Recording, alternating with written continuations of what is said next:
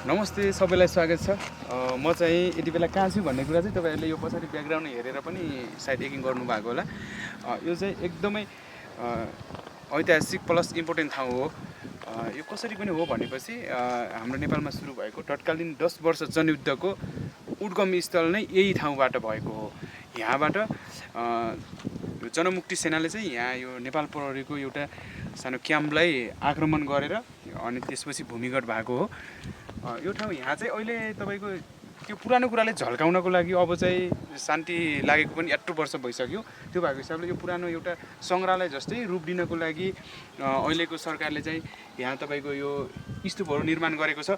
मेरो पछाडितिर यो चाहिँ नेपाल प्रहरीको शालिगहरू निर्माण गरेको छ भने यहीँ पनि देखिन्छ। यो सायद यसलाई स्थानान्तरण गर्छ होला, यो कतै लगेर राख्ने हो भने। माथितिर चाहिँ जनमुक्ति सेनाहरूको सबै हाउभाउ नै बनाएको छ। एकदमै हेर्दाखेरि यहाँ तपाईँहरूले त्यो माथिको चाहिँ नदेखिला, तर यहाँ चाहिँ सबै हाउभाउ बनाएको छ। यो ठ्याक्क कहाँनिर पर्छ भनेपछि यो शहीद मार्ग, ठ्याक्क शहीद मार्गको ठ्याक्क साइडमै छ भने यतातिर होलेरी बजार हो। यहाँ यो शालिगहरू निर्माण गरिएको छ भने यतातिर चाहिँ यहाँ 10 वर्ष जनयुद्धमा यो क्षेत्रबाट यो एरियाबाट कतिजना शहीद हुनुभयो भनेर यहाँ एउटा शालिग निर्माण गरिएको छ। शालिग चाहिँ अलिकति पुरानो हो, अलिक समथिङ 3-4 वर्ष भयो होला शालिग यो एउटा पार्क जस्तै निर्माण गरेको भने। यो शालिगहरू चाहिँ तत्कालै बनाएको हो भने उता पारी देखिरहेको चाहिँ होलेरी बजार हो।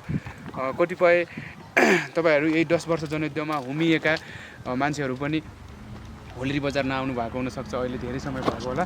होलेरी बजार चाहिँ यहाँ एकदमै ठुलो बजार भइसकेको छ भने त्यो चाहिँ 10 वर्ष जनयुद्ध सुरु भएको ठाउँ हो है त। यो ठाउँले चाहिँ तपाईँको यहाँबाट यो घर नै हो। यो चौकी त्यो बेलाको चौकीलाई यकिङ गर्न खोजेको छ भने उतातिर सेन्ट्री पोस्ट छ।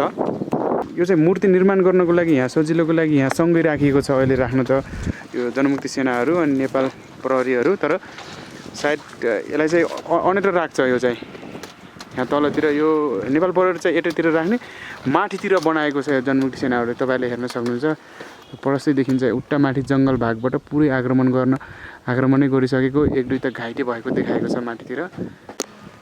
यो एउटा यहाँ यो पार्क जस्तै एउटा शिला लेख चाहिँ बनाएको छ। यो चाहिँ यो बनाएको लगभग तपाईँको 2-3 वर्षभन्दा अझै बेसी भयो होला, झन्डै 4 वर्ष उपर भएको हो भने यो शालिगहरू चाहिँ भर्खर निर्माण भइरहेको छ, यही वर्ष भएको।